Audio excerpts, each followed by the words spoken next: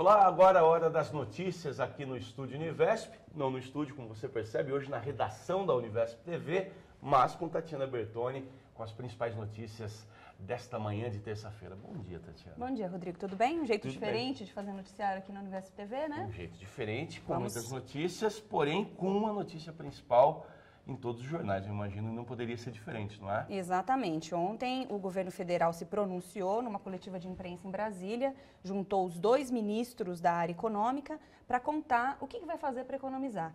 Então, o principal anúncio, na verdade, feito pelo governo Dilma Rousseff foi a possibilidade da volta da CPMF. Claro que isso tem que ser aprovado ainda pelo Congresso, mas o que causou bastante irritação, vamos dizer assim, da maioria das pessoas no dia de ontem. No final do dia de ontem, a gente pode dizer, né? A Folha de São Paulo traz a seguinte manchete: Dilma quer CPMF para pagar aposentado e corte de 26 bilhões de reais. 97% dos recursos pretendidos pelo governo dependem de aprovação do Congresso. Então, além dessa questão também, houve o anúncio de corte, por exemplo, na área social, com o programa Minha Casa Minha Vida, também na área da educação, mas a CPMF foi a que chamou mais atenção nesse anúncio, Rodrigo. Pois é, se a gente dá uma olhada no Estadão hoje, o Estadão também vem com a manchete parecida, o governo propõe nova CPMF, um corte de 26 bilhões e adia reajuste de servidor. O Estadão fez aqui embaixo uma tabelinha dizendo exatamente de onde vai sair ou se pretende que saia esse dinheiro todo. Diz aqui o Estadão: CPMF com alíquota de 0,20% deve render 32 bilhões de reais. Como você disse, a presidente Dilma ontem, ela jantou com os governadores dos partidos aliados, pedindo a eles um apoio para aprovação, mas isso deve estar condicionado ao aumento da alíquota para que esse dinheiro seja dividido, fique não só com o governo federal, com a União, mas vá também para os estados. Então, ou seja, isso pode aquele mudar. valor, então, de 0,20 poderia mudar, aumentar, já que essa fatia seria dividida com os estados.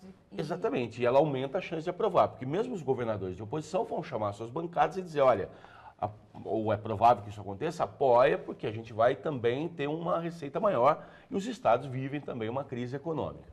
Bom, esse é o ponto 1 do Estadão. O 2, mudança em dedução de valores do chamado Sistema S. E 30% do valor recolhido pelo setor será usado para cobrir o déficit da Previdência Social. O governo espera, com essa medida aqui, arrecadar mais 8. Adiamento do reajuste dos servidores públicos, a suspensão de concursos e a eliminação do abono de permanência, o que daria mais 10,5 bilhões. Com tudo isso, o reajuste seria agora no começo do ano, vai lá para o meio do ano se for.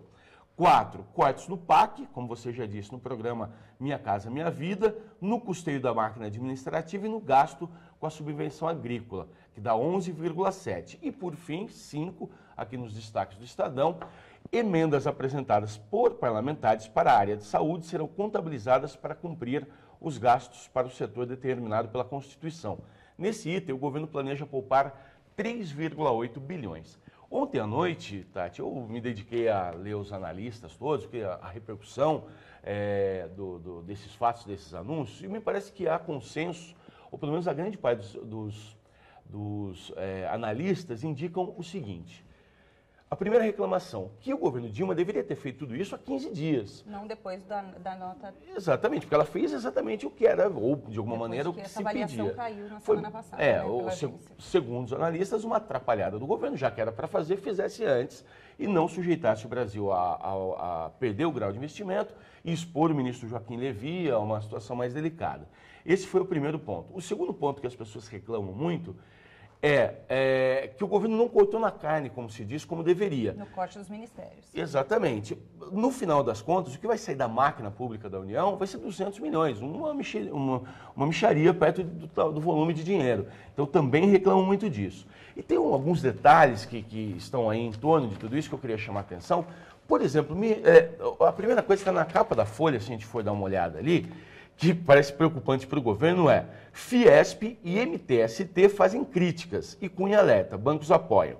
Me parece um sinal negativo ter apoio de banco, mas ter crítica tanto da Fiesp, dos empresários, quanto dos movimentos sociais. Mas tem que levar em consideração que a Fiesp foi muito atingida nessa Sem meta. dúvida. Quando a gente destaca aqui, por exemplo, como você mesmo disse na capa do Estadão, a mudança em dedução de valores do Sistema S. Lembrando que o Sistema S pertence à Fiesp, né? Exatamente. Ela talvez tenha tomado a principal paulada, Exatamente. né? Agora, e os movimentos sociais também, evidentemente, até houve uma discussão se deveria se discutir com os movimentos sociais, e o que se diz é que nem o presidente Lula foi consultado e nem os movimentos, a presidente Dilma teria dito que não haveria tempo para isso. Tanto que ela enviou ontem o novo valor para o Congresso. Havia dentro do governo quem defendesse que ela esperasse um pouco, chamasse alguns congressistas, também o movimento social. Ela disse que teria que sinalizar positivamente para o mercado. Mas olha só o que diz aqui o Bernardo Melo Franco, da Folha, o seguinte: os novos cortes anunciados pelo governo vão atingir em cheio os aliados que poderiam defender Dilma Rousseff da ameaça de impeachment. Sabe de quem é essa previsão? Do senador petista Lindenberg Farias, que se irritou com o que ele chamou de pacotes e maldades, que foi esse pacote divulgado que a gente está falando. Ele é, segundo o Bernardo, um dos parlamentares mais próximos do ex-presidente Lula. Ele teme a reação do funcionalismo e dos movimentos sociais e diz que o custo político das medidas de austeridade será mais alto do que a futura economia no orçamento. Aspas para o senador: o governo voltou a atirar contra a nossa base. Dilma está atirando no pessoal que pode ir para a rua defender o mandato dela.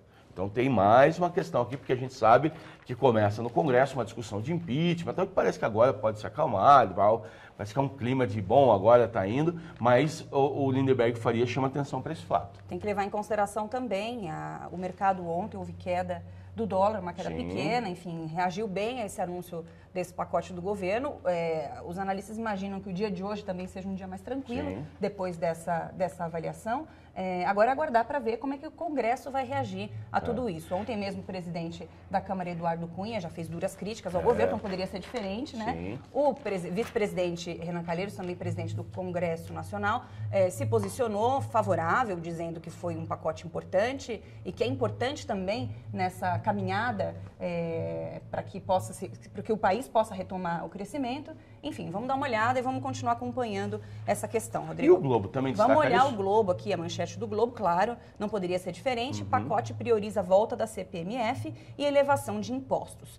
Então, essa é a capa aqui, ou eles fazem ali um infográfico também, mostrando exatamente de que maneira é o tamanho do esforço, 66,2 bilhões. Essa é a soma de cortes e receitas propostos, valor necessário para o governo cumprir a meta de superávit. Então, vamos acompanhar e vamos dar uma olhadinha aí nos próximos dias como é que vai ficar essa situação. Rodrigo. Só uma coisa, tem a foto aí mostrando os ministros? Tem aqui embaixo, vamos ver se eu consigo abrir. Pois é, e acho que um momento bastante emblemático da coletiva foi quando eles falando da CPMF, que o nome é Contribuição Provisória, e daí teve a questão, mas provisória quanto? Não dura mais que 4 anos. E houve uma gargalhada geral dos jornalistas. O próprio ministro Joaquim Levy riu primeiro, exatamente durante a coletiva. Pois é. Que tornou um pouco, vamos dizer assim, jocosa a participação naquele momento do governo. E só para fechar o dia dos analistas, um outro ponto de consenso é que todo mundo diz, e talvez não seja culpa só desse governo, ou certamente não é só desse governo, mas é sempre um bem bolado. Há anos no Brasil, talvez desde que Cabral aqui chegou, se fala em discutir a Previdência, reformar a Previdência, outras coisas. É sempre, não dá para reformar, vamos arrumar um dinheirinho para cobrir. E lembrando que o gasto tão grande que com essa economia, ano que vem, o rombo já está aberto de novo. Né? Tem que lembrar, Rodrigo, que recentemente nós aqui na Univesp TV ouvimos 2 estudiosos do tema da Previdência e a grande crítica é não ter uma idade mínima de aposentadoria. Isso para os outros países também já foi discutido e a maior parte dos países desenvolvidos já resolveu essa questão. Então, no Brasil, claro, essa reforma que leva em consideração a Previdência, essa questão da idade mínima é a principal. Porque, claro, a pessoa contribui durante anos, nada mais justo que ela possa usufruir. Claro. Tem pessoas que começam a contribuir muito cedo. E isso, uma pessoa de 40, 45 anos já se aposentando, é um problema sério para o governo federal. Imagina eu daqui a 5, já de chinelo na praia? Imagina? Não é. Seria bom para mim e ruim para o país, né? Exatamente. Uma pessoa que ativamente, ele tem que lembrar também que essa idade mínima, e a idade no decorrer dos anos tem mudado, né? Sim. As pessoas estão pessoas mais vivem ativas, mais, né? exatamente. Isso tem que ser levado em consideração também. Bom, pelo menos um dinheirinho para algumas pessoas deve pintar na conta esse mês, Exatamente. Você já checou lá no site da Já, Receita? Não, ainda acho que não. daqui a pouquinho, né? A última vez que eu chequei, acho que eu não tinha saído. A minha esperança, fiz até uma oração já mais cedo. Exatamente. Tudo isso para a gente falar que hoje a Receita Federal paga as restituições do 4º lote do imposto de renda. Então, final do ano, situação difícil, quem sabe é a sua vez de já receber aí sua restituição. Tem que entrar lá no site da receita.fazenda.gov.br e checar com o número do CPF, enfim, se você já tem a possibilidade de receber a sua restituição.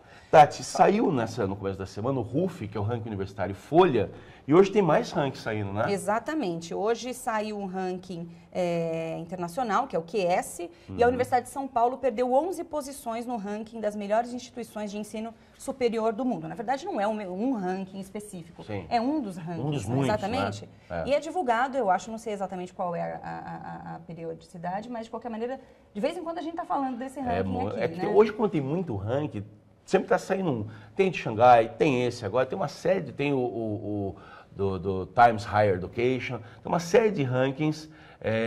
O QS é um dos principais, o Xangai é o primeiro a aparecer, e tem mais esse que saiu agora, que a gente chama de QS, porque é praticamente impossível falar esse nome, eu né? sempre me enrolo. Como que você diria esse nome?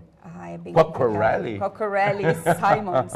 Exatamente. QS, melhor assim. Então, a USP aparece, mesmo tendo perdido 11 posições, a USP aparece como a universidade brasileira melhor posicionada na 12ª edição, então, do QS, no lugar de 143. Em 2014, ela estava na posição de 132. Já a Unicamp subiu 11 posições para a posição de 195, sendo a única outra universidade do Brasil a ficar entre as 200 melhores do mundo. Mas abaixo a gente tem ali, então, o ranking geral, vamos dar uma olhadinha. Então, a Universidade de São Paulo na posição 143. Vamos ver aqui, a gente não tem a melhor qualificada nessa reportagem. Mas eu acho que é o MIT. Tem aqui embaixo, quer ver? É o MIT, é o primeiro, segundo vem Harvard, terceiro é Cambridge, depois vem Stanford. Exatamente. E depois a Caltech, que tem até a 5ª posição aqui. Mas olha que curioso, né, como as coisas mudam. Se a gente olhar no Brasil, isso não estaria assim. Os primeiros lugares não tem muita variação. USP em primeiro, Unicamp em segundo. Normalmente a Federal do Rio aparece segundo, ela está em terceiro aqui. Daí a Federal do Rio Grande do Sul. A Unesp está logo em quinta, a UNB depois. E a PUC São Paulo, que vem numa situação muito difícil, não é de hoje, ela parece não muito mal aqui, né? Está 1, 2, 3, 4, 5, 6, 7, 8. É a 9ª colocada, na frente da UFMG. Qualquer ranking brasileiro isso não seria assim, né? Então depende um pouco de o que cada ranking olha, né? Exatamente, o cálculo é diferente, inclusive, do ranking da Folha divulgado no dia de ontem, né? Sem dúvida, do RUF, né? Exatamente. E falando em USP, hoje tem entrevista do reitor Marco Antônio Zago na Folha de São Paulo. Exatamente, falando que não dá para prever como a crise afetará a USP, ele diz. Está falando de dinheiro, Exatamente. Né? Ele diz que afirma ser impossível saber o tamanho das restrições orçamentárias que a instituição sofrerá nos próximos anos. E a Folha ainda destaca aqui, a melhor universidade na edição de 2015 do RUF. Tem até o RUF. A escola tem cortado gastos desde o ano passado devido a uma explosão de despesas com folha de pagamento, resultado de reajustes salariais e contratações anteriores. Então, a recessão econômica que o país enfrenta agora agravou o quadro. E o orçamento da USP depende da arrecadação do governo estadual. O próprio reitor, ele diz que a USP, a Unesp, a Unicamp, as universidades federais e o Brasil como um todo passará por período de restrições financeiras. Não sabemos o tamanho, disse o reitor, então, em relação a esse corte, certamente será um processo longo. Sabe o que eu achei mais importante dessa entrevista toda? Essa frase aqui. Com reserva orçamentária equivalente a 4 folhas, o reitor diz que a instituição entendeu que o problema tem de ser resolvido internamente. Antes, diz o reitor, iríamos pedir mais verba para o governador, mas aí tiraríamos da Secretaria da Educação, ou seja, parece ser algo positivo, entender que essa autonomia universitária que as universidades de São Paulo têm, de maneira ainda mais profunda do que as federais, por exemplo, elas podem também ter essa direção, de também tentar encontrar, ainda que a lei seja bem difícil, mas encontrar maneiras de escapulir um pouquinho dessa crise. Ele também fala de algo interessante, o seguinte, ele fala que a universidade é boa, mas ele se sente à vontade para dizer que pode ser melhor. Diz, por exemplo, que cursos precisam ter currículos mais flexíveis que formem alunos em habilidades múltiplas tentativas de abertura. Que é o caso da USP Leste. A gente lembrando Sim. que tem um currículo diferenciado, Sim. pensando justamente nessa formação mais ampla do aluno, não é isso, Rodrigo? Exatamente. Acabamos aqui? Acabamos aqui. Termina aqui o Estúdio Univesp. Obrigado pela companhia, pela audiência. Bom dia para você. E amanhã a gente tem o programa Complicações. Não perca, eu te espero. Tchau.